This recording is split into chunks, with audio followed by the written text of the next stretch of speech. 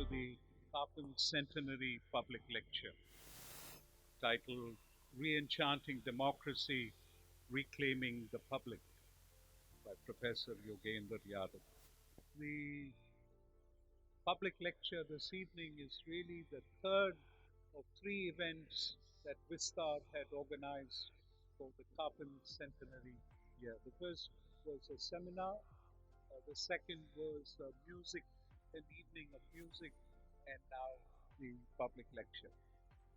We are delighted that so many of you have made time to be here.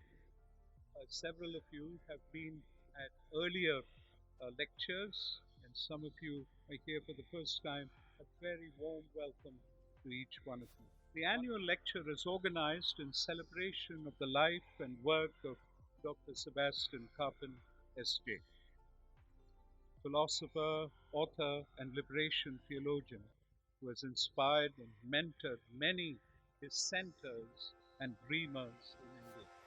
Kappen did his doctoral studies from the Gregorian University, Rome, with a thesis on praxis and religious alienation according to the economic and philosophical manuscripts of Karl Marx. His subsequent studies have been geared to the requirements of a transformative social action in India.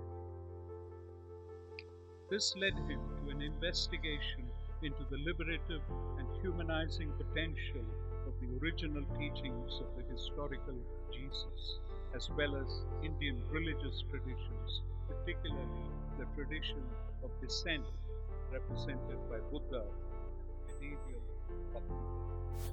He saw the process of social transformation as a transition from inherited cultural bondages to freedom for fashioning a new humane and humanizing culture. He believed that a new social order could be brought about only by protesting against oppressive systems, by daring to dissent and ushering in a counterculture. The subversive creative praxis takes concrete form in political as well as cultural action aimed at challenging the cultural hegemony of the ruling classes and restoring to the common people the right to think their own thoughts and frame their own scale of values. Sebastian Kappen.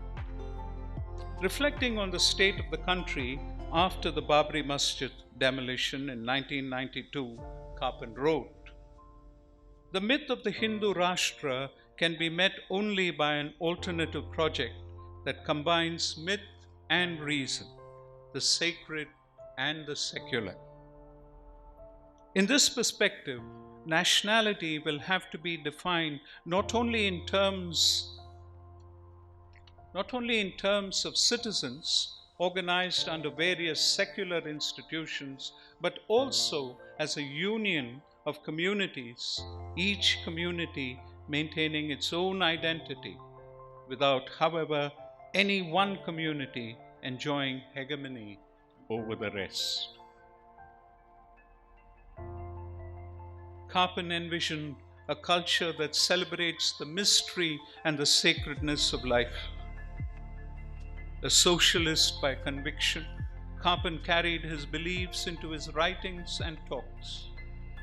His writings have not been without impact on social thinking in the country.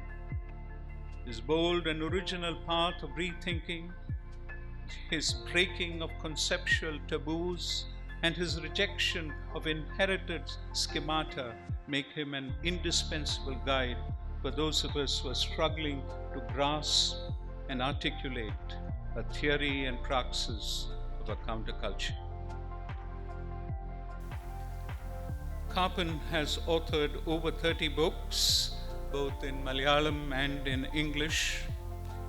Earlier speakers at this Kappen Memorial Lecture include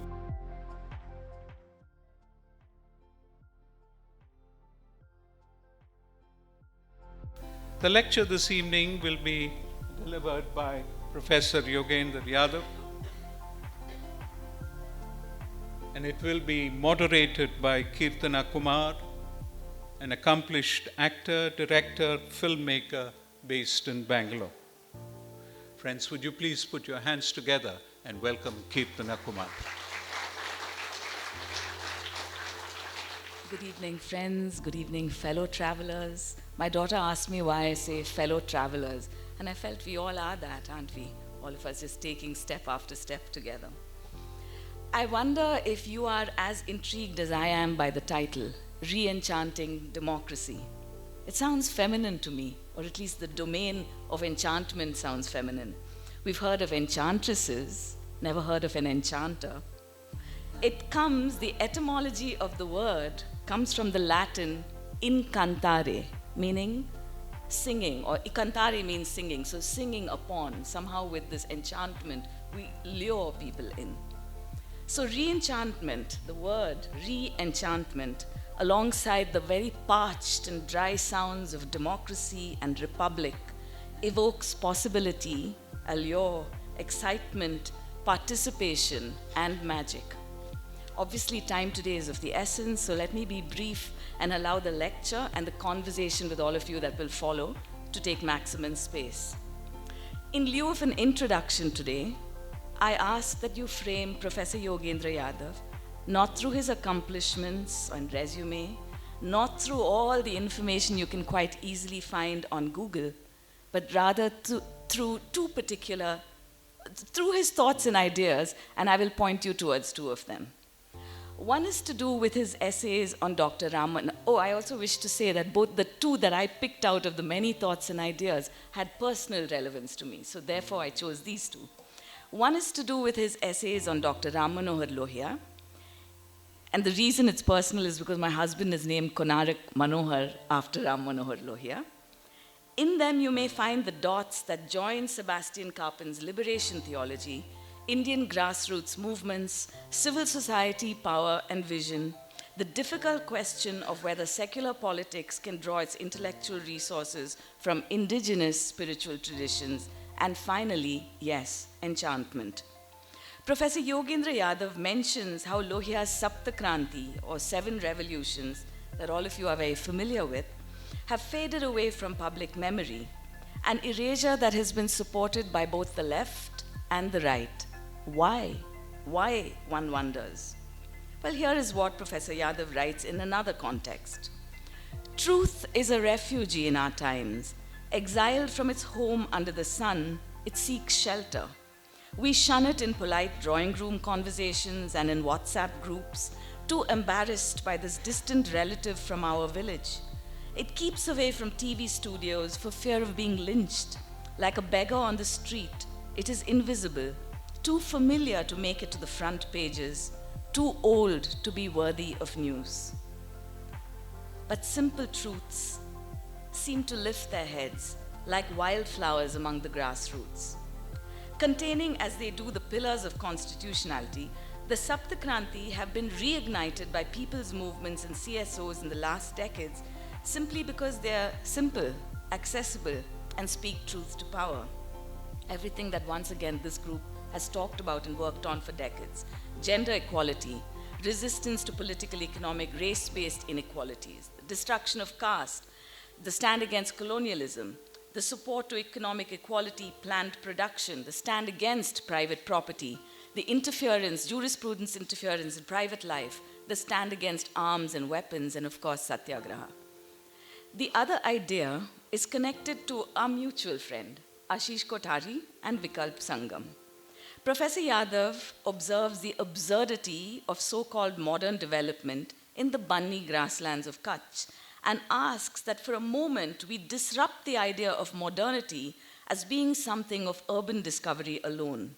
He speaks of how various governments have propagated this. It's ridiculous if I say it to you, but there's a weed called Prosopis juliflora, or Netluma juliflora. Botanists among you will know, my daughter. And it's a woody shrub imported from Mexico, which has completely colonized the grasslands, making them inhospitable to the mal, or the cattle, and the maldhari, the human local inhabitants. What then is modernity? How then do we care for the needs of all? That ends my introduction. Finally, and just to stir things up, let me throw in 2 final words in connection with Professor Yogendra Yadav, with absolutely no explanation at all. The words are mangoes and cricket. Thank you so much. And I welcome Professor Yogendra Yadav.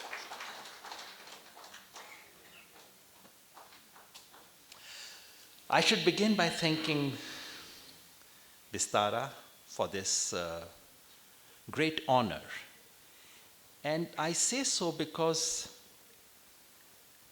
when David read out the list of speakers in this series, you can clearly see I don't fit there.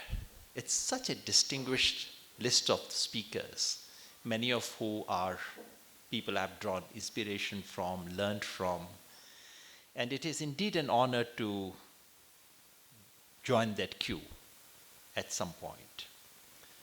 It's truly humbling. Also, thanks for introducing me to Father Kappen. I'm ashamed to say that while I had heard his name and I had flipped through that book on socialism, because that used to be my early research interest, Future of Indian Socialism. So that's how I connected with him. But I didn't quite read him. And now that I've got to read him briefly and what I've heard in the seminar, I feel very bad that I did not read him earlier because, and I don't say it simply because I happen to be delivering this lecture, because my quest for quite some time has been that there are two parallel intellectual streams in 20th century India. One is that of the tradition of decolonization, very indigenous and rooted. The other is the strong egalitarian streak. And I have felt and have said repeatedly that it is only by bringing these two streams together, by getting these two streams to converse with each other, that we can respond to the challenge of 21st century. And that's what draws me to Ram Manohar Lohia. That is what drew me to Kishan Patnaik, because these are thinkers who were trying to bring these two traditions together, egalitarianism and decolonization. And Father Kappen seems to be exactly that kind of person, probably deeper than other sources that I've drawn upon. What you read out after, of what he wrote after 1992 is exactly what this country needs to learn from. And my sense has been, and I've said again and again, it is the spiritual vacuousness of our secular politics which is responsible for where we have landed today. We need that in this country, revolution need not turn its back to religions. Religion actually happens to be the site for revolutions in this country. So I'm really thankful to you for giving me this opportunity to begin my journey to discover Father Kappen. It so happens that the theme that I had originally suggested for this lecture would have absolutely fitted for Intellectual Quest of Father Kappen. I had suggested to Mercy that I speak on what I call India's Swadharma. That's actually, so the passage that you read out, in my language, it translates into search for India's Swadharma. I think later, Mercy may have read one of my articles in the newspaper, and she was quite enchanted by this, this idea of democracy's enchantment. No, I don't resent changing the title. I actually am grateful, because now whenever I write about India's Swadharma, I would write after having read Father Kappen, which is what it should have been like. So thanks for saving me and for bringing me closer to the theme that we discuss, that we must discuss today. Because democracy is the reigning deity of our times. The thing about reigning deities is this, that you cannot but worship them, that you keep having questions, but you cannot allow yourself those questions because you are up against a reigning deity. This is our trouble with democracy. We fight battles, but we fight that battles. We must fight that in the name of democracy. Democracy is something whose absence we bemoan. We bemoan it quite a lot and with very good reasons for the last 10 years. What I'm going to argue is something slightly different. I would present my argument in 3 parts. I will begin by arguing that the crisis of democracy that we have today is deeper than it appears. It's not merely a crisis of non-fulfillment of democratic procedures in practice. The crisis is that of the very conception of democracy. It is not merely an Indian crisis. We are looking at a global crisis. That's part 1. In part 2, I would suggest that this crisis has deep roots, deep conceptual roots. It's not an accident. It's not because of something that happened in the last 20, 30, 40 years. That there has been a certain tension, a contradiction, which is at the heart of democratic enterprise. In part 3, I would say how we should not respond to this crisis and how we should respond. That's where enchantment comes. I would argue that we should not exercise the option of breaking the spell of democracy and just keep them distance from it. That we must find ways of re-enchanting it. All right, part 1. Much of our conversation in today's India is about how undemocratic the current regime is.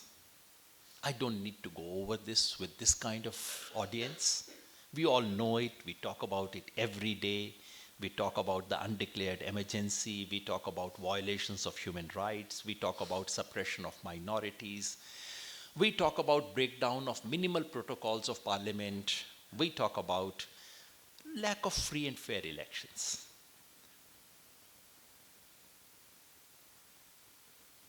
But that's not merely an Indian situation.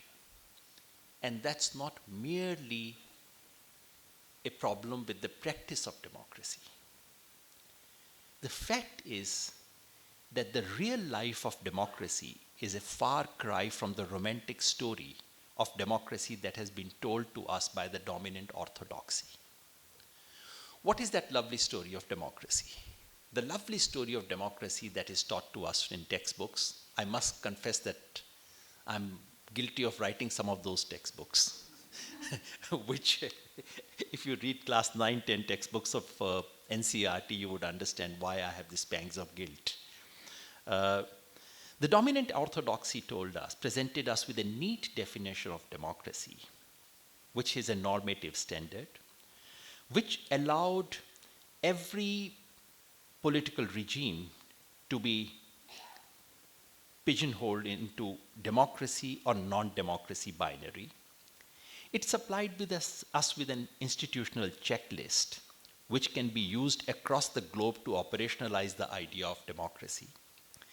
It wove a lovely tale of nations' utopian transition to, consolidation of, and culmination in a finished product called democracy. This is the lovely telos.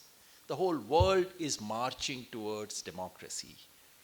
At the top of it, we know who stands at the top, the US of A. Now, this is the highly stylized and selective version of what has in fact been contingent path that democracy has taken in a tiny but dominant part of the globe. This is a global story that everyone has noticed. Everyone has noticed that something has gone wrong with this global story. And all of us must be deeply grateful to Donald Trump and to the United States of America for bringing the truth to everyone's light. We needn't have waited for Donald Trump's return to power to ask this question.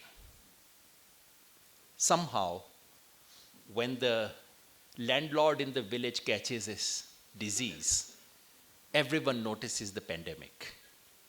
Till the landlord catches that disease, no one notices it.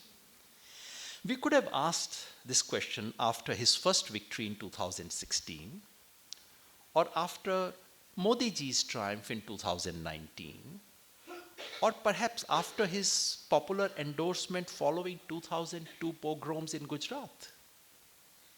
After all, that was a popular endorsement through democratic mechanisms. Or if we care to look at the rest of the world, after Viktor Orban's rise to power in Hungary in 2010, Benjamin Netanyahu's vice-like grip in post-2009 Israel, Rajapaksa's family control in Sri Lanka after 2004, beginning of Erdogan's regime in Turkey in 2003, Thaksin's victory in Thailand in 2001, and so on and so on. The harsh truth is that the record of actually existing democracies in delivering good outcomes is actually not so good. The phenomena of democratically elected and re-elected leaders unleashing political bad, chaos, corruption, criminality, ethnicide, ecological destruction, and what have you, while retaining their popularity, is not something new. If we care to look without blinkers and beyond affluent European societies, it is hard to resist the conclusion that what we assume to be the benefits of a normal functional democracy are largely fictional. Success stories of democracy are usually happy coincidences that last for a limited period. These episodes are bright stars in a dark sky of shades of democratic disappointments, failures, and disasters. These are very harsh things to say. But I think our times require us to recognize that democratic governments do not improve our chances of good governance, rule of law, or well-being of its citizens. Not to speak of climate change, issues concerning future generations, or non-human creatures and nature. उसकी तो बात ही छोड़ दीजिए आप. This is the record of actually existing democracies. Now, lest some of us begin wondering, what is this man up to? What exactly is he saying? Is he building a case for authoritarianism? No, I'm not. Because three things still continue to work for democracy. One, that democratic governments fare no worse in this respect than authoritarian governments. That much we can say, honestly. Two, a democracy enhances the chances of decisions leading to bad outcomes being detected or corrected. That's the famous Amartya Sen thesis. It just increases the probability that someone will catch these things a little ahead of time. And three, a democracy enhances a citizen's self-worth, irrespective of whether they get what they want. These arguments are good enough to reject authoritarian alternatives. But these hardly constitute a ringing endorsement of the ideological deity of modern world. The fact is that some of the disasters that we have seen in recent times have not been disasters of the upstaging of democracy or of violation of democracy. In fact, many of these have happened through the mechanism of democracy. And that's the 21st century style. I keep saying in 21st century, everything is smart. Children are smart, phones are smart. Authoritarian leaders are also smart. Everything is done in the name of democracy and by using the mechanism of democracy. The long list that I read out, except in one or two cases, you cannot say that the elections that they won were unfair elections. It's through, in and through duly constituted majority rule. You cannot say that Mr. Trump has won an unfair election. And that is something we avoid facing this because it hurts us, because it pains us. This sober record, however, has not affected celebrations of the dominant model of democracy and attempts to export it all over the world. The dominant theory of democracy kept up the fiction that instances of democratic failure were exceptions, the dark underbelly of democracy, to an otherwise benign global tide of democratization. The charm of democracy has led everyone to believe that such populist leaders acquired and retained power despite democracy, not because of democracy. An attachment to democracy meant a celebration of wafer-thin spread of democratic rituals all over the world. The trouble is that, like market failures, these democratic failures are not aberrations or malfunctioning of democratic apparatus. These possibilities are built into the political system that we call democracy. Now, that's the harsh thing to accept. You cannot brush it away as minor exceptions, minor misuse of the system. This possibility is built into, I saw that in Gujarat in 2002. I traveled for a few weeks in Gujarat after the 2002 riots. And I went there expecting popular angst, popular anger. And what I witnessed there just changed me completely. My wife called me and said, so what are, so generally interested in what are you seeing in Gujarat? I said, these are shades of black that I see. And you cannot say that what happened thereafter in Gujarat election was manipulation or not popular verdict. This was genuine popular verdict, endorsing a genuine massacre.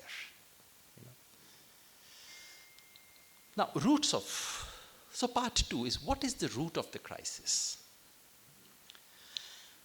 The root of the crisis is that what we call democracy is actually two things rolled into one. I said this morning to my friends that, you see, it's like offering prayer. You remember God, you start praying, you close your eyes, and that God is replaced by a statue. The statue is replaced by a priest, of whatever religion, doesn't matter, all of them are the similar kinds. And when you open your eyes, you ask yourself, is this fellow that I've been praying for? Is this person that I'm worshipping? Something similar has happened to us in worshipping democracy. There are two very different things, both of which are called democracy. One is the idea and ideal. Democracy is one of the most commonly used positive word, at least in the last century or so. Democracy is an ideal that you can hardly quarrel with. What it promises us, this word with amazingly universal provenance, perhaps the most potent term for claiming political authority in global political speech today. It is a charming political ideal that outcompetes any foreseeable rival, a vision of a society where all citizens have equal effective control over all significant collective decisions. What a lovely ideal. How can you quarrel with it? How can you not worship it? The trouble is that the same word democracy is also used for a mechanism. So we are told, as we are also told while we worship, that God is somewhere, but right now what you have is a temple in front of you, a mosque or a church. So so that abstract ideal translates itself into something real. We are also told that democracy is the name of a regime and a political mechanism. What is that mechanism? All of us have universally started believing that the mechanism of representative government through periodic elections that are decided by some form of majority rule. We are told this is democracy. So democracy is an ideal. Democracy is also the name for a mechanism. The moral charm is exercised by the ideal. And the entire moral charm and authority of that ideal is then transferred onto this mechanism, which is a very contingent mechanism. There's nothing very sacrosanct about this mechanism. There is something seemingly okay with it, but if you see its practice in reality, this is a very fragile mechanism, open to all forms of abuse, which are written into this mechanism. I'll just come to that. And the trouble is that we begin to then worship the mechanism, and because we worship the mechanism, we have to worship the outcome of the mechanism as well. Trump, Modi, Orban, everyone, because they are legitimate products of that mechanism.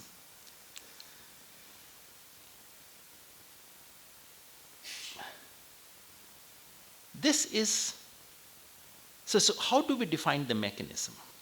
The definition of the mechanism is that democracy is a form of government in which those who rule are elected by the people in competitive elections and run the risk of losing power in regular elections. This is how political science has defined it. Adam Shawatsky and others, very careful and nuanced definition these are. So they say, forget the ideal. In reality, how do you recognize a democratic regime? A democratic regime, therefore, is a regime where, number one, there should be regular elections. The elections should be competitive in the sense that there should be more than one serious contender. The opposition should have a fair chance of winning should they have popular support. The electoral mechanism cannot be revoked by the loser, and the winner should get to exercise highest political power, and elections should be held at regular intervals, irrespective of the wishes of the incumbent. These are the 3 or 4 simple conditions which have been prescribed as a mechanism to recognize what is legitimate democracy. The trouble, of course, is that most of the instances that I've mentioned to you pass all these tests. They are actually proper, true democracy in every one of these respects. Why does that happen so?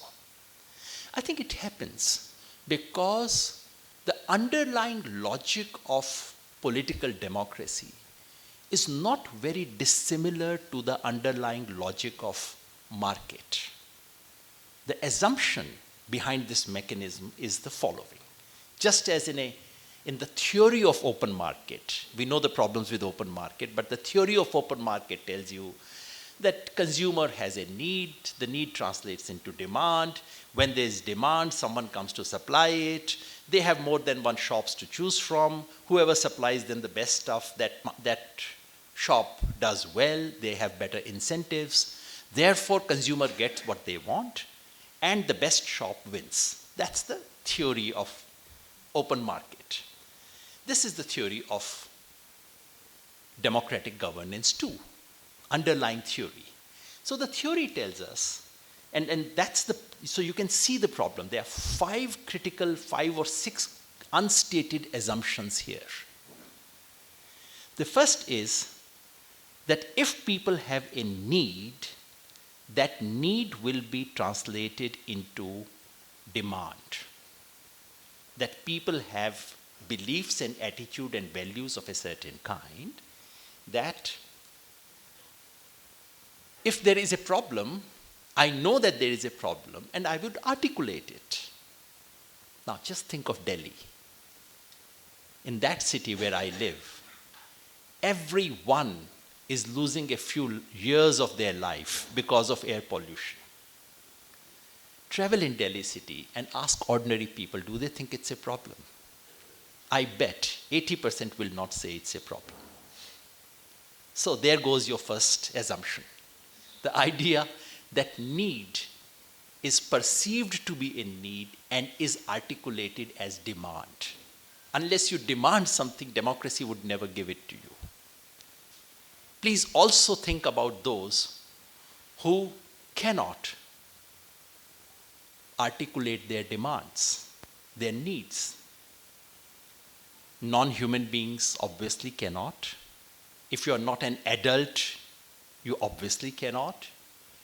Future generations not born right now, no say. Not to talk of animals and nature and other things. So that's the first assumption, that every need will be articulated as demand. It's not. It depends on a certain political culture. For someone to begin to articulate that education is a need, health is a need, environment matters, these things don't become political issues by themselves. The second assumption is that these demands will be translated into signals, political signals, because thousands or millions of people demanding something doesn't become politically relevant unless it is translated into a signal. Who does that signaling? Mass media. Unless mass media reports a demand to be a demand, sitting in Delhi, how do I know that there is a problem in Madhya Pradesh or in Karnataka or anywhere else? So the second assumption is that any demand from the ground will be picked up and converted into headlines, which politicians will watch in the evening when they are drinking tea or something else. Is that a real assumption? Is that a credible assumption? What is the relationship between what becomes news and what is being demanded on the ground? Indian media, it's only fair to say, is of the middle classes, for the middle classes, and by the middle classes. And incidentally, this entity called middle class is in the middle of nowhere. It is a euphemism for Indian ruling class.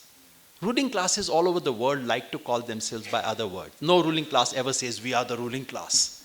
They say, we are Bhadralok. We are the civilized ones. In India, they say, we are the middle class. So that's what Indian media reflects. That's what media, in fact, all over the world does. That's the second assumption. Third assumption is that once these signals arrive, and I'm not saying no signal arrives, some signals do arrive. Farmers' MSP is being signaled because someone is sitting on a fast, it's more than 35 days, it has made it somehow to the headlines. So the third assumption is, once these signals arrive, then there would be more than one political contenders who would receive it and would compete with each other to provide an alternative, just as shops do, just as rediwalas do in the market. You know, you want to take bananas from me, not from that person. My banana is better, you know. The trouble is that creating political party of any kind, and ask me, I have some experience in this business. Creating political parties for the most legitimate reason, with the most dedicated and honest people, is an impossible task. Because the minimum entry barriers, the entry gate to the world of competitive politics is so high that unless you have a few 100 crore rupees that you can access, or you have the privilege of just riding on some movement or some major political development. Otherwise, you can stand outside the gate and keep staring it for as long as you wish to. There is simply no entry. So, creating political party is not like opening a chai shop.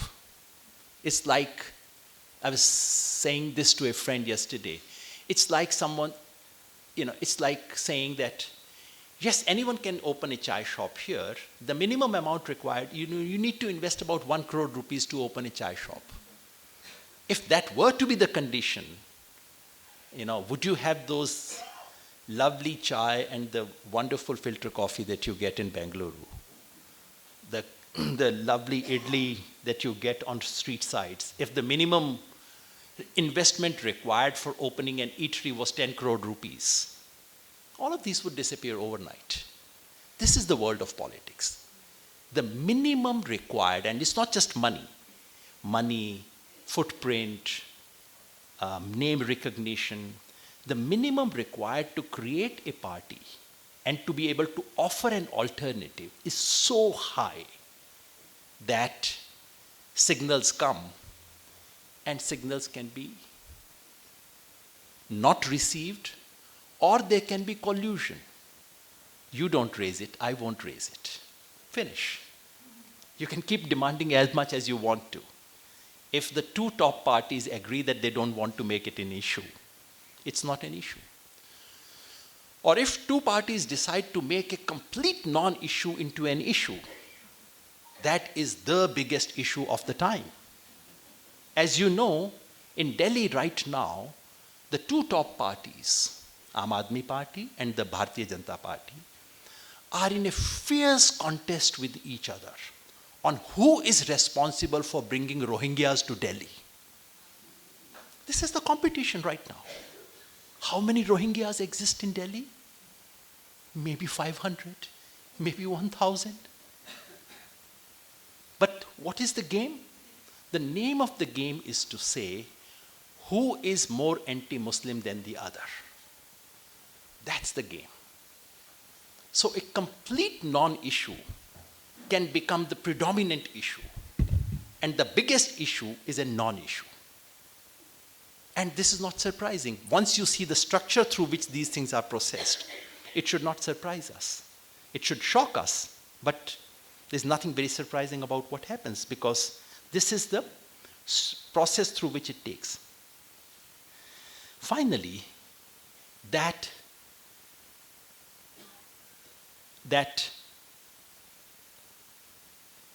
once, suppose someone has managed to cross all these three stages. Suppose an issue is recognized, let us say something like an MSP for the farmer, does figure on political agenda. Suppose political parties do take it up, they do compete, and they do. I'm not saying that real issues never come up to the top. Occasionally, one or two real issues do come up to the top. They do become an issue, but occasionally, once in a while. Because the filtration process is such that it's bound to throw out most of the legitimate issues. When they come up, then the fourth issue, which is related to governance, which is, okay, so someone should promise that I will do this. Here is a demand which has been signaled, which has been aggregated. I will do it, unlike this other fellow. All right, I get voted. What is the assumption here? The assumption is there is free and fair election.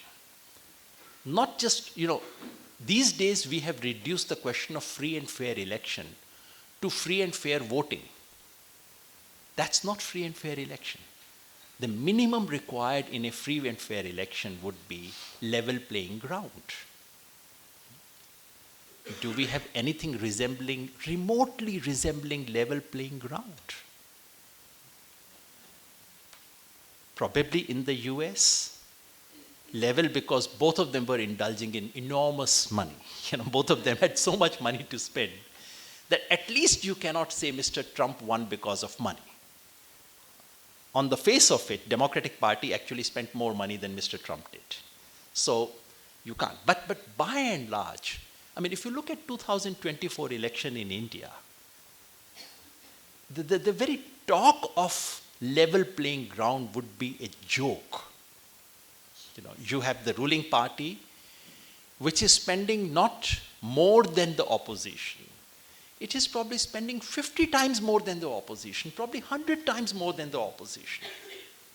In one single parliamentary constituency, I know it, and I know it from sources who should know. So BJP was spending more than 100 crores in one parliamentary constituency. You know, where is level playing ground? So the assumption is that you are competing. Both of you are able to call out the customer. Customer is able to see both of you and then can decide which one is offering me better product. But that competition never happens. And the final step of that is that, okay, you somehow have been able to pick up the right need, called, you picked the right issue, you picked the party, you voted, the party won. Does the party actually do what it said it will do? Or does it simply say, हाँ जुमले थे, बोले थे, it's all right. जुमला तो बोलना ही पड़ता है election में. The mechanism of democracy functions on the assumption that the voters will be able to punish those who do not perform. If someone lies to me, I can punish that person. If you can't, then where is the question of that mechanism working? So all I'm trying to say is the problem with democracy is this, that there is this lovely ideal, very powerful ideal, an ideal that we must not give up, which is translated into a mechanism and a relationship of equivalence is established. If you love democracy, you must love this mechanism called democracy. And you must accept every outcome of this mechanism because you love democracy.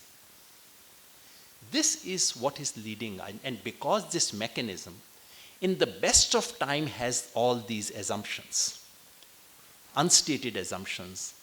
Yes, democracy works provided there is a political culture in which people can translate their needs into demands. If there is a media which would convert these demands into powerful signals, if there is possibility of people being able to create political parties which would respond to these signals in case someone else is not responding, and there is level playing ground so that different competitors can actually sell their promises in a fair way. And finally, there is a punishment mechanism for non-performers. If all this exists, then this mechanism probably leads you towards the ideal that you were worshipping. If these things do not exist, this mechanism can produce exactly the opposite of what you were worshipping. This is our problem with democracy. Now, what then is the way out?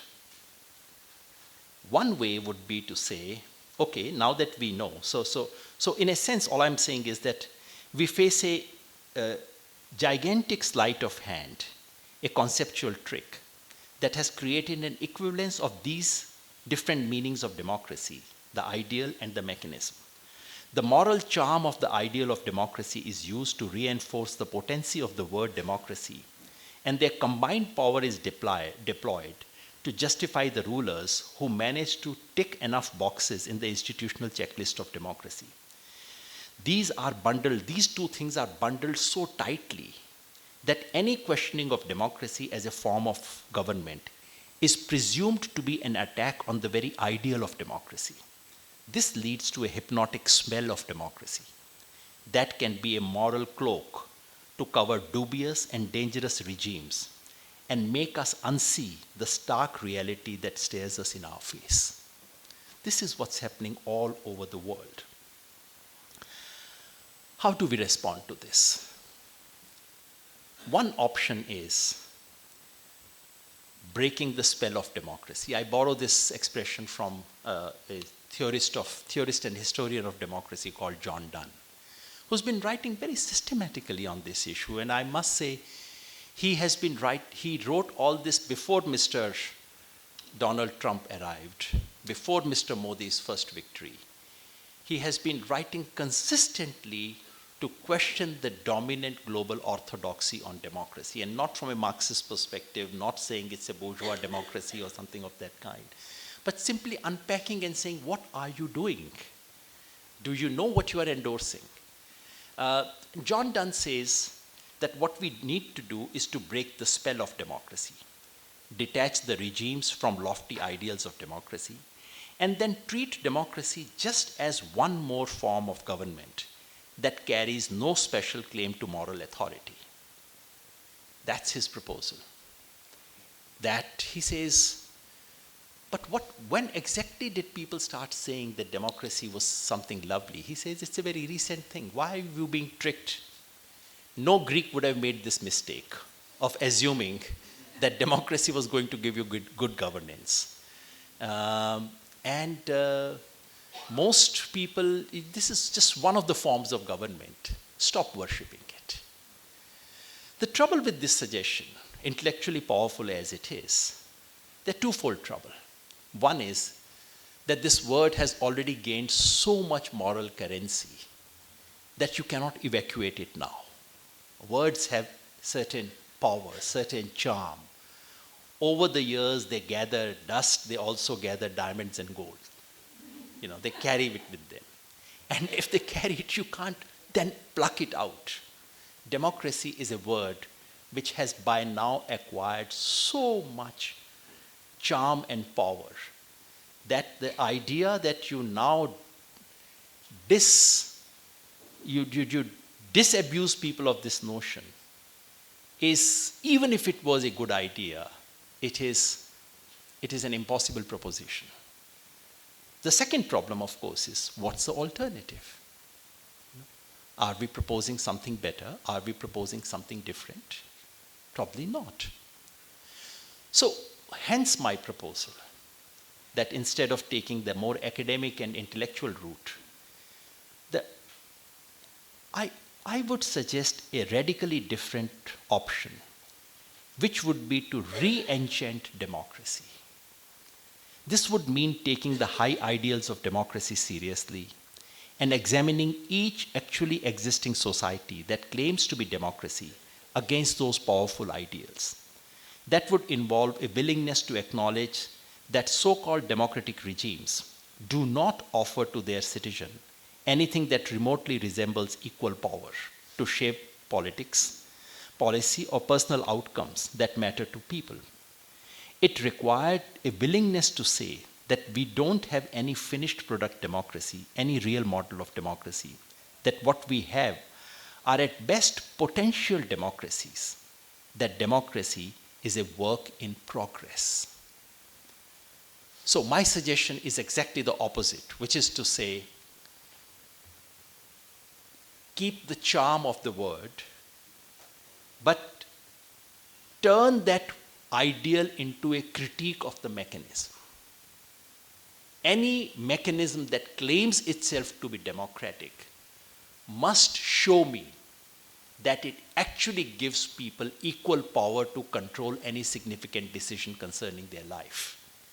If it doesn't, you are a pretend democracy, you are not a real democracy. Which democratic ideal should we re-enchant? The dominant global understanding has been something that we have called liberal democracy. I don't want to get into serious history of idea dispute. There are friends who know it much better than I do. I would suggest that actually there is a much deeper and much more radical ideal of democracy available to us, which should be called republican democracy. Our constitution calls ourselves not just a democracy, it says we are a democratic republic. The word republic has intrigued me because when I was in school, in class 9, my civics teacher told me that, well, republic is a form of government in which there is no king, in which the person who rules the country is not hereditary, that's all. That's what I continue to believe in my understanding of political science. Now that I look back, I think the word republic has much deeper meaning. much deeper resonance, something that we missed. Republic presumes a political community. A political community must have some bonds, must have some shared ideals. And those ideals must be kept alive. Otherwise, that community doesn't exist. Republic reminds us of the existence of a public.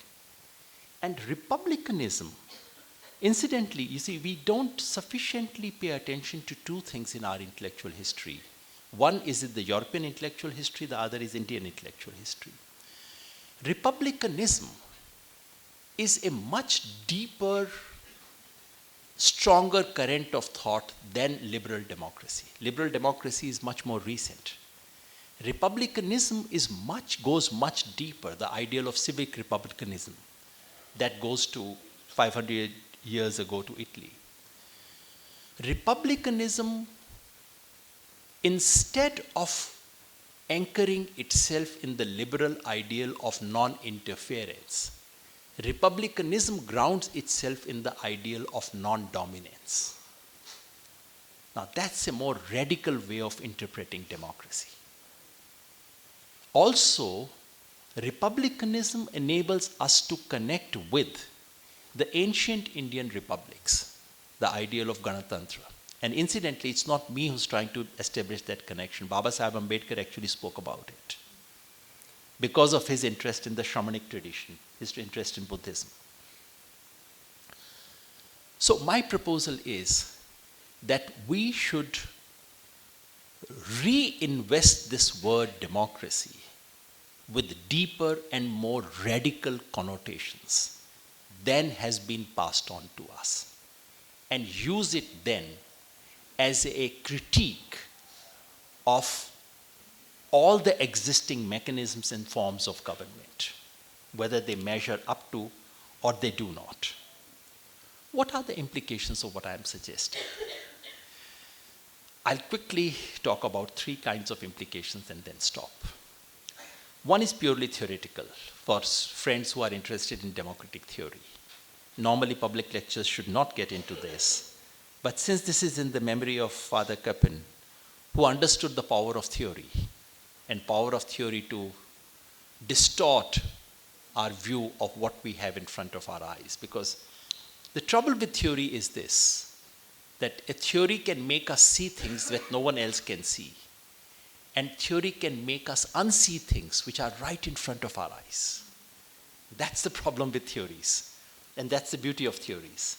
So, the theoretical proposals are, first of all,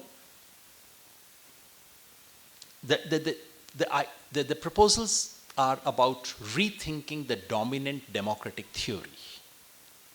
First of all, we need to widen the conceptual apparatus of democracy to include diverse ways, languages, idioms, theories, in which democracy has been understood all over the world. Democracy is not merely property of Western political thought, not merely the property of a tiny part of the world. In multiple ways, people have thought about it. In fact, Buddha has this lovely expression when someone speaks to him about, should we invade this country? Buddha gives a response to say, he doesn't say don't invade. He says, and that's a republic which is to be invaded. And Buddha says, go and find out, do these people consult each other before they take a decision? Do they do this? Do they do this? Do they do this? If they do it, don't attack that country. That already is a deep notion of republic, of republican, a democratic republic, which is built there. So we need to look at, and this is something you would find in Africa, you would find in Latin America, all parts of the world. Second, it requires enriching the normative standards embedded in the idea of democracy by taking into account the many histories and traditions of democratic thinking across the world, something I've just referred to. Third, we need to expand the repertoire of institutions, conventions, and practices that go into the making of democracy in societies that are often quite different from each other. The trouble is that we are being told that unless we have been handed over a checklist, go to Afghanistan, bring democracy to Afghanistan, and the way to bring democracy is to create a parliament. The parliament should be elected in this way. It should have the following constitution and so on. And once you've done it, great, you've established democracy. And that's how we established democracy in Iraq, didn't we? Iraq, Afghanistan, we forced them to be free, one after another. Could it be that democratic institutions could take very, very different forms in different kinds of societies? I noticed that the lecture given by Vandana Shiva in this series earlier was about different forms of democracy, ecological democracy, of course. So that's something to be thought about. And we need to rewrite the history of actually existing democracies, both in global north and global south, to reflect their radically different experiences and trajectories. So one part of re-enchanting democracy is about rewriting democratic theory. Second part is about radically rethinking the mechanisms. Partha Chatterjee has recently written something, and his basic argument is that we have allowed the logic of state to trump over the logic of the nation. This is what has happened in the last 75 years. And we need to find ways of bringing the logic of the nation, what he called people nation, to once again overcome the logic of state. In that spirit, we need to rethink the mechanisms in our context that actually meet the what should then qualify to be democracy. Minimally, that should include radical decentralization. Even before decentralization, at least federalism, which we are beginning to lose what we had for the last 70 years. So just a bare recognition that India cannot be governed from Delhi. And there's one nation, one election, one nation, one something, something. All these are ways of bypassing the federal spirit of our constitution. So retaining and preserving our federal legacy, although the word federalism has not been used in our constitution for some reason. Second is radical decentralization. No matter how great the ruler, no matter how beautiful the method through which they have been elected, someone sitting in Delhi cannot understand what's happening in Uttar Kannada. So if and the same applies to someone sitting in Bangalore either. You really cannot. A radical decentralization of power, constitutional constraints on majoritarianism. We need to actually strengthen the existing constitutional constraints, because constitutions are about constraining governments. This basic argument somehow has disappeared from our public vocabulary today. Constitutions are not about enabling government. Constitutions are about disabling governments. Constitutions are about saying, no matter what your majority, no matter this, you cannot touch this. And all those things are being diluted today. So actually strengthening of constitutional mechanism, because the question of majoritarianism, the tendency of majoritarianism is built into this mechanism itself. Unless you provide for constitutional no-go zones, this is bound to happen. Also, something that we don't have in our constitution is some constitutional limits to what one generation can do to resources of another generation. Unfortunately, we have no constitution. South African constitution begins to do that. But otherwise, most constitutions just don't have it. So in my state, Haryana, my generation has basically drank all the waters for the next 7 generations. That's actually what has happened.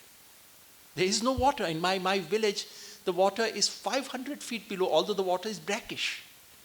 They've gone 500 feet below, in some places 1,000 feet below. So basically what you've done is that you've drank the quota for the next 7 generations because they do not yet have vote. It's only constitution that can, constitutions are meant precisely to do this. For future generations, for non-humans, and for nature. Unless you have those constraints, this mechanism of majority-based democracy can never, never provide you constraints of that kind. And level playing ground on 2 most critical issues. Somehow political reforms is the hobby horse of this country, and everyone has their pet theory on how this country can be transformed.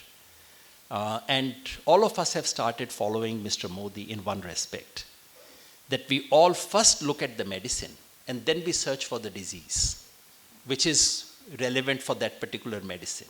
I mean, this has become a national obsession now. This is exactly what demonetization was.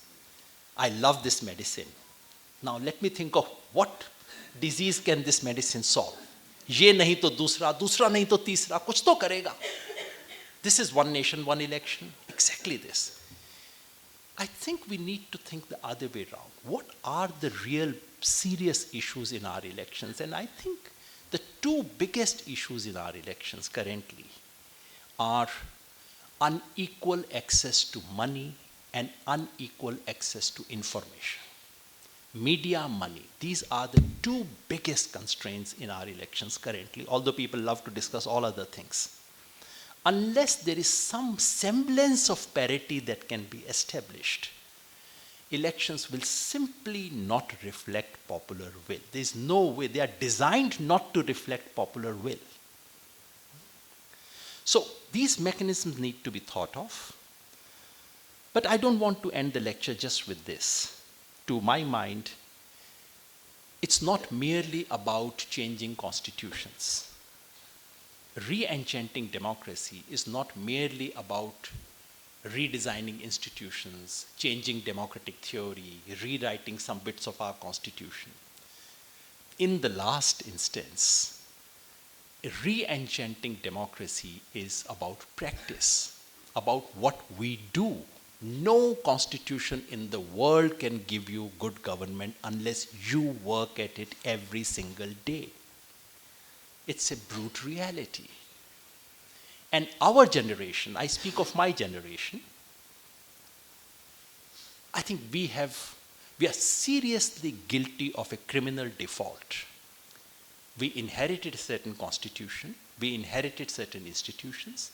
We just assumed that they would do their job, democracy would continue to produce reasonably decent outcomes, and we all devoted ourselves to our personal pursuits. Only to realize that constitutional values do not reproduce themselves. Someone has to reproduce it for new generation in a new lingo, in a new metaphor, in a new language, every 25 years or so. Constitutional values need to be re-articulated, re-enchanted. The way this word came to me was mainly through this idea that these words need to be given new life. Merely by saying this is constitution, this is what Baba Sahib Ambedkar got it, they don't mean a thing to the new generation. It is by articulating it in their language or by connecting it to day-to-day struggles and concerns of ordinary people who live their life on the margins of this country. That is how you can re-enchant democracy. 2 specific things. Democracies all over the world are protected not in parliaments. In the last instance, democracies are defended by the public on the street. That all over the world, not just in India. One should never expect legislatures or judiciary, forget executive. Executive is source of the problem.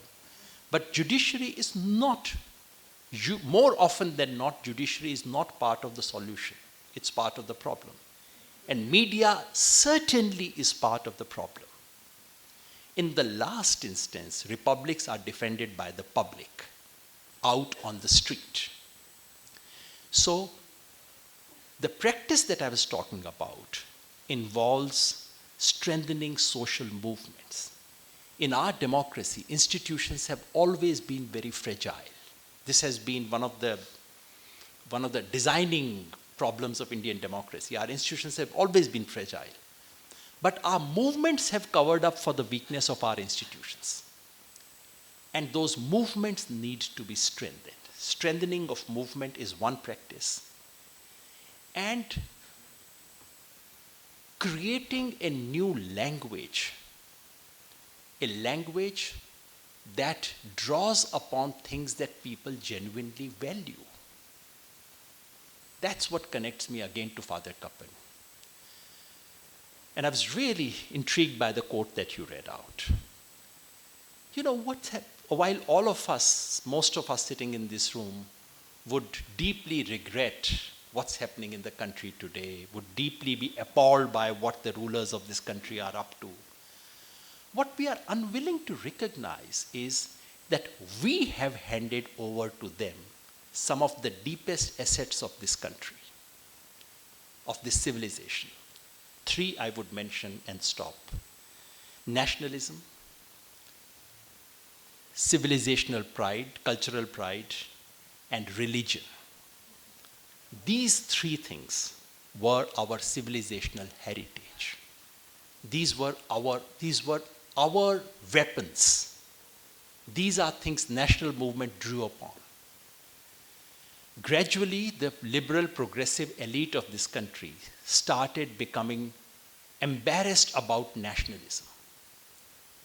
What we did was we vicariously started inheriting the embarrassment of European elite about European nationalism. And they have very good reasons to be embarrassed about their nationalism.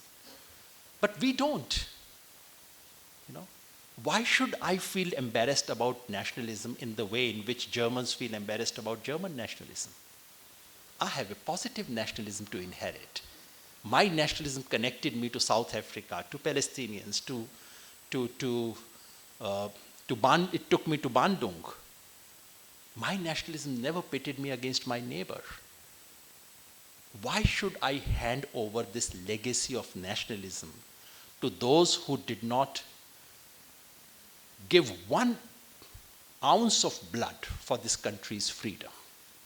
This is a criminal neglect on our part.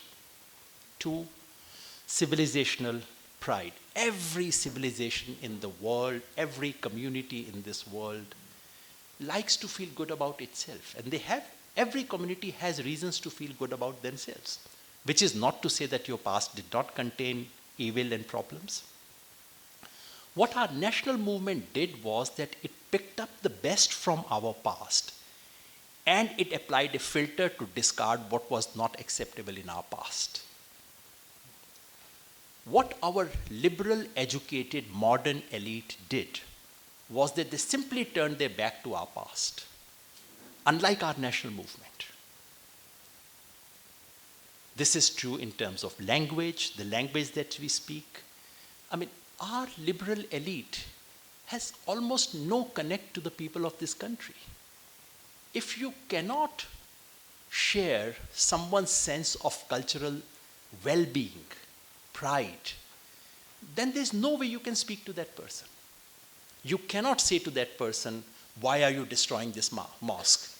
You would say, अच्छा तुम आज मुझे बताने आए हो, you know, because we have no connect to them. And finally, religion.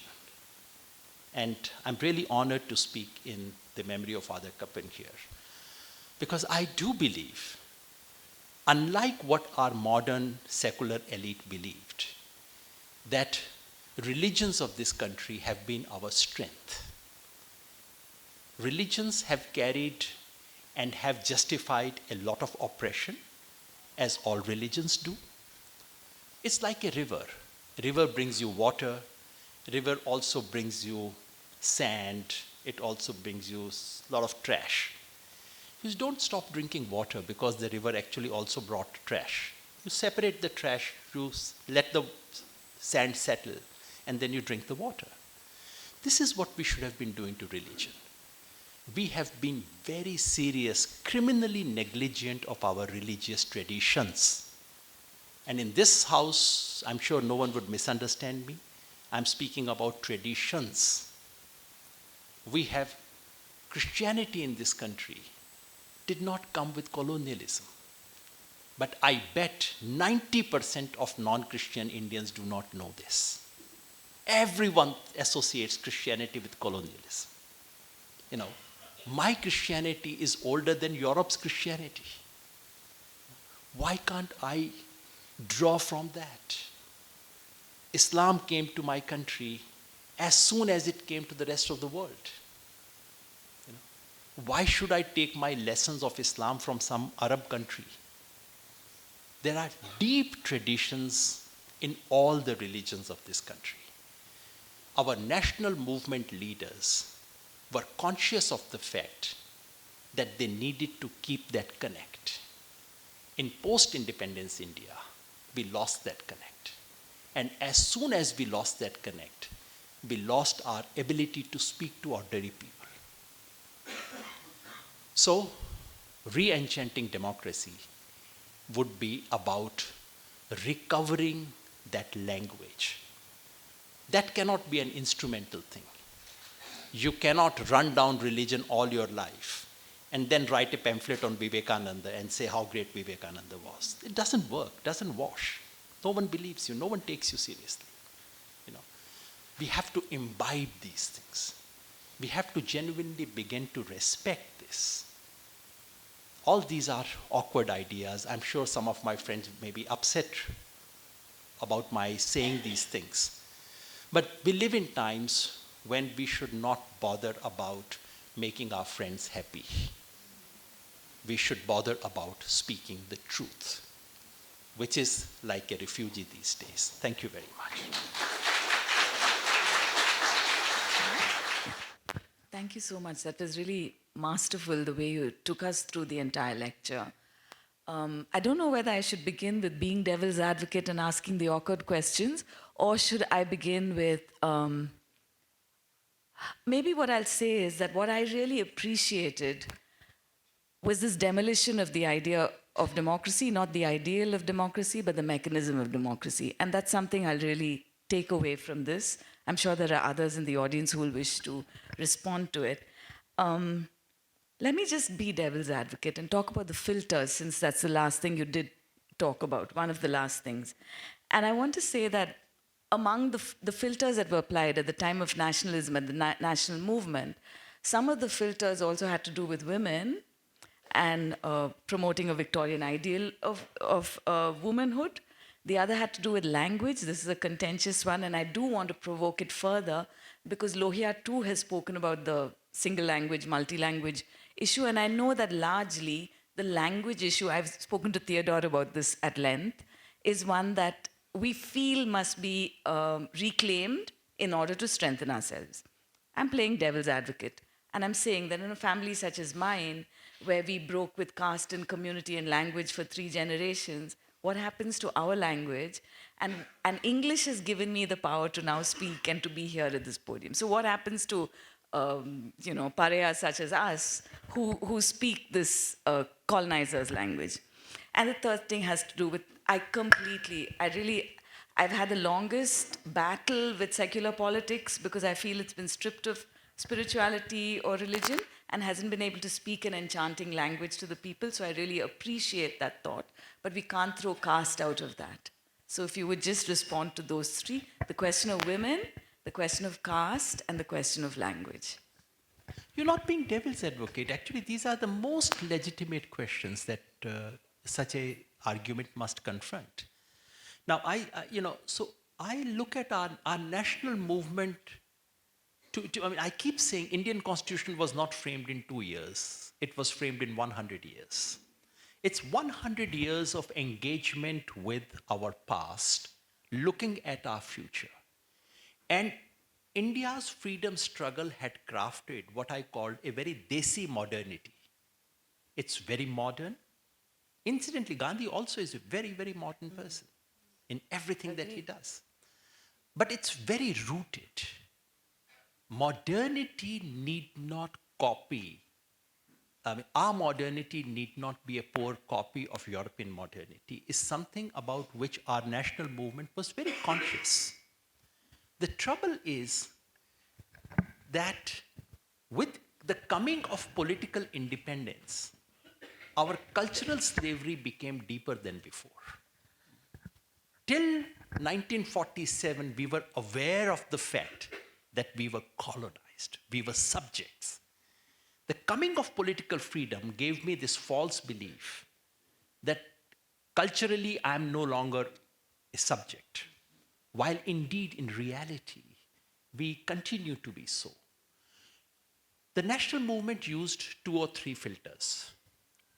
The 2 biggest filters used by national movement, filters in the sense of we will receive things from our past, but these following things will straight away put in the dustbin. One was caste. And there has been a consensus. To be fair, even among the right-wing thinkers, there was a consensus about putting caste in the dustbin, if you forget some of their particularly lunatic expressions.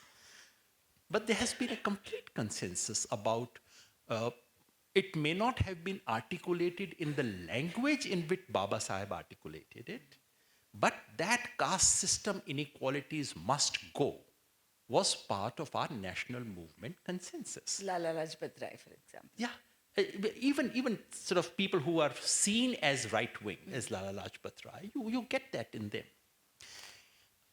In no constitution of the world would you have something like prohibition of untouchability written in the constitution. It's not a law, it's written in the constitution. So that was one. Second is on the gender question. I would have liked it to be stronger than it is, but there is a clear filter, no discrimination based on gender. Those are things which are written into our constitution. And I'm so very happy that the constitution did that. The language question, I think, has been very poorly understood. Lohiya's own position has been poorly understood, but that doesn't matter. We shouldn't spend time on those things. The consensus of the national movement was not about Hindi. It's a very poor articulation of the consensus of the national movement was about Indian languages to be prioritized. India, and most of our leaders of freedom struggle, almost all of them, with the exception of Nehru, I think, and partial exception of Baba Sahib Ambedkar, all of them understood and read English. All of them principally wrote and spoke in one of the Indian languages. That to me was the national movement consensus. The difficult question was, how do you translate that into the business of official languages? On which there was some contention in the Constituent Assembly. But once again, the consensus was, the 2 parts to this consensus. The stronger one was about privileging Indian languages. Somehow this question of which one of the Indian languages should get primacy became an issue of dispute in Constituent Assembly. If I were to look at it today, I would say, why do I need to ask this question? We really don't, this business of one official language is a question that got more attention than it deserved, created more controversy, and has been therefore an instrumental for continuing the hegemony of the English language. My problem with English is exactly what Ram Manohar Lohia said. Ram Manohar Lohia said, my problem with English is not that it is a foreign language. My problem is that it's a feudal language, that it's a language of inequality in this country. That's my only issue. After 75 years, I think English is one of the Indian languages. Especially if we are willing to, if we stop mocking at, I am having 2 cows wali English jo hai. That is our Indian English. It's spoken, it's written. The only reason, you see, don't forget that Australian English and American English was mocked at till the early 20th century. till the middle of the 20th century, before Marshall Plan, no one thought Americans knew how to speak English. Marshall Plan transformed it. Dollars came, power equations changed. Suddenly, American English became one acceptable, respectable variant of English. When would our elite start accepting Indian English as a respectable, legitimate variant of English? I'm having 2 cows is a perfect English. It's only an issue of power. It's only an issue of money. So someone said about dialect and language, what is the difference between a dialect and language? And someone said, a dialect that has an army and a state is a language. And Lovely. I think that's the issue. So Indian English is an Indian English. It's one of my languages. I'm perfectly fine with it. On Hindi, I think we need to think of that question carefully. I have repeatedly, incidentally said, the Hindi day should be abolished. It's been not a position I'm taking here in Bengaluru. I've written articles again and again to say Hindi day should be abolished. It should be converted into Indian Languages Day. Hindi is one of the youngest languages in this country. And the metaphor that I have always used is that there are so many sisters. Hindi happens to be the youngest sister. Sometimes young sister happens to have more money than others. In this case, this young sister has bigger footprint. And that bigger footprint is a result of many dialects being merged into Hindi. And the loss of multiple dialects. Yeah, exactly. So in a sense, today what we call Hindi-speaking area, if you take someone from Bhagalpur in Bihar and bring that person to my village, I can tell you they would not understand one word of what they are saying, but they would still be called Hindi speakers. So it's through that fudging that it has happened. Hindi can perform a very valuable function. But please remember that one of the most powerful proponents of Hindi were those who were not Hindi speakers. Gandhiji, Bhagat Singh, Baba Sahib. Hindi is useful as long as Hindi is not promoted by the state. Hindi is useful as long as you allow cricket and cinema to do its job. These are the best ambassadors for Hindi. And as long as Hindi allows itself to be expressed in 25 forms, the Hindi spoken in Hyderabad is a perfect Hindustani. The Hindi being spoken on the streets in Bengaluru in Shivaji Nagar is a perfect Hindi. The trouble is with the Hindi, with a certain kind of chauvinism that has entered and of which you get a taste in the Constituent Assembly. When Hindi speakers begin to think that they are the landlords and everyone else is a tenant, this mentality is what needs to be broken. But I would not allow this, I would not like to allow this tension to therefore make way for the dominance of English that continues in our country.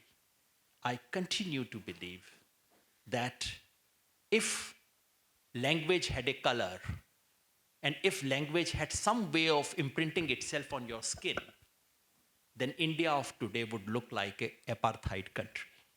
We live in apartheid. It's a linguistic apartheid that we don't recognize. Thank you. I'll have to mull on that. It's going to take a while, yeah. The other thing I wanted to say was, it must have occurred to a lot, but when you spoke about, in your demolition of this mechanism of democracy, you also mentioned that democracy was the way we know it now, the way we understand it as a recent phenomenon.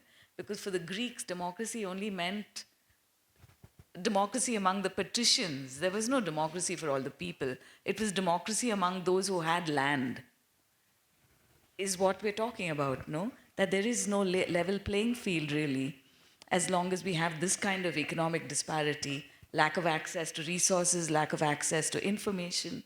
There is no playing field. So the sort of idealized democracy that we're taught about in the NCRT books, in our civics books, has to be dismantled. I completely agree. I think what Baba Sahib said in the Constituent Assembly about one vote, that we have political equality in a system where there's deep social and economic inequality, that continues to be the most apt characterization of the so-called democracy that we have in a capitalist economy, patriarchal society, and a caste order. Within these three, democracy is always a very seriously circumscribed affair. And we need to underline it. We need to remind ourselves and everyone about this. And the ideal of democracy, therefore, would require dismantling of all these three. My last question, and then I'm opening it out to the audience, has to do with you mentioned 3 or 4 times you mentioned non-human creatures or animals in nature.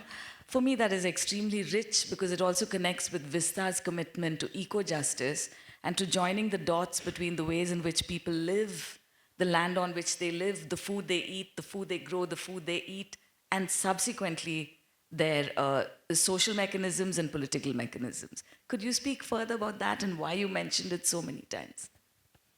I mean, one of the, suppose elephants had a community. Elephants come together, they find a system of voting, and they decide that this city called Bangalore is a bit of a problem. It comes in the way when we have to go from the Western Ghats to this way. Let's demolish it. Do they have the right to do so? Or we would be appalled, we would laugh at this idea. Are we not doing exactly the same?